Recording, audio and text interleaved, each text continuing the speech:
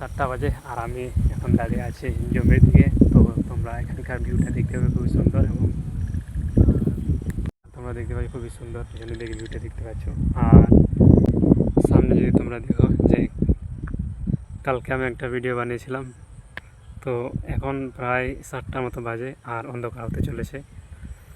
আর তোমরা দেখবে ওখানে একটা তারা উঠেছে, তো খুবই সুন্দর দেখে যাচ্ছে খালি চোখে।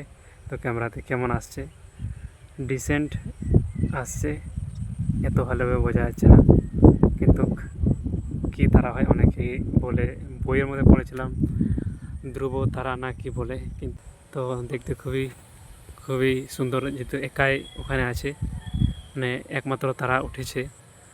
আর মানে নো ওয়ার্ডস কী বলবো আর আমি।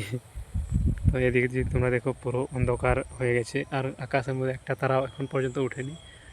যে তোমাদেরকে দেখায় শুধু ওই একটাই উঠেছে, তো ওই যেখানে পশ্চিমের দিকে। তো দেখতে এত সুন্দর লাগছে যে ভিডিও করতে বাধ্য করে দিল। আর তোমরা দেখতে পাবে কালো মেঘগুলো কিন্তু ঘুরে বেড়াচ্ছে বৃষ্টি দেওয়ার জন্য, মানে উপহার দেওয়ার জন্য।